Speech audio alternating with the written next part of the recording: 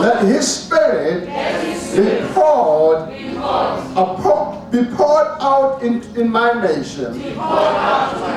Let our sons and daughters prophesy. I will confess you, Lord, among my people, and sing your name.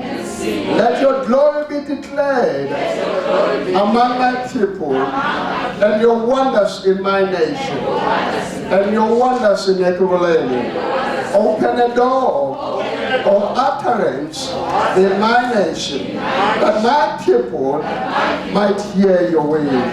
I pray that the families of my people be blessed through Christ. I pray for the healing waters to flow in Ekurhuleni, in Gauteng, in my nation.